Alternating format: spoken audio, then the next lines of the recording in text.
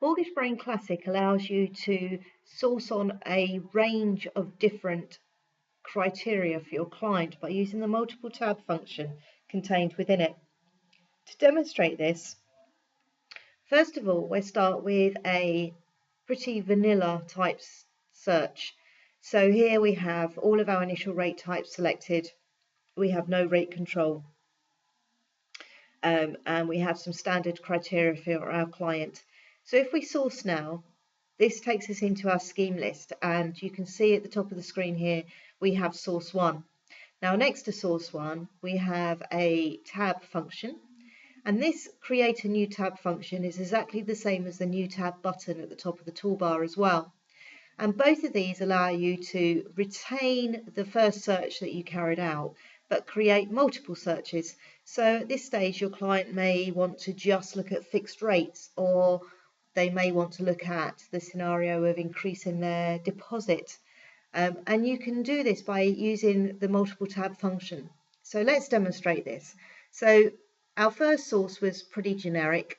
So if we go back and create a new tab, this takes us back into our screen, and this time we can just look at fixed rate products, keeping all the criteria exactly the same and sourcing on that. And you can see now that we have source 2 displayed just with fixed rate products. We may want to go back, create a new tab, and this time just look at tracker products. And we can source now on this one as well. Now you can see here that we've now created 3 different sources here. You can continue creating new tabs, as many as you want to, applying different filters. But if you start to forget what you've applied to each of these tabs, then by simply clicking on the 4-box icon, you can display the criteria used in each of the searches. So here we can see this was our first source with all the rate types selected.